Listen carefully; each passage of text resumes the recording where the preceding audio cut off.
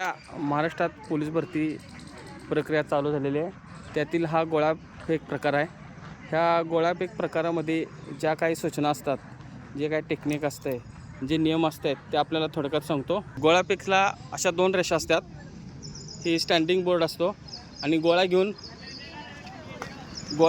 ह्या रेषेच्या आतल्या बाजूने यायचा गोळा टाकताना आत यायचा आहे. हा सर्कल असतो. हा मागच्या रेषेच्या जर पाय बाहेर गेला तर फॉल असतो आणि ह्या स्टँडिंग बोर्डच्या पुढं पाय गेल्यानंतर फॉल दिला जातो. गोळा टाकण्याची टेक्निक बघा थोडक्यात. ज्या नवीन मुली असतील त्यांच्यासाठी सूचना ही.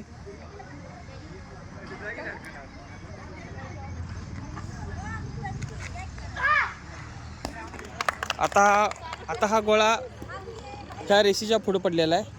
ह्या रेषेच्या पुढं पडलेला आहे गोळा. ह्या रेषेच्या पुढं पडल्यानंतर आउट ऑफ मार्क. ह्या रेषेच्या पुढं 6 मीटर आउट ऑफ मार्क मिळतात, 15 पैकी 15. ही दुसरी रेषा आहे 5.50. ह्याच्या पुढे टाकल्यानंतर 12 मार्क मिळतात. ही तिसरी रेषा आहे 5 मीटरची आहे. ह्याच्या पुढे टाकल्यानंतर 10 मार्क मिळतात आणि चौथी रेषा ही 4.5 मीटरची. याच्या पुढे टाकल्यानंतर आपल्याला 8 गुण मिळतात.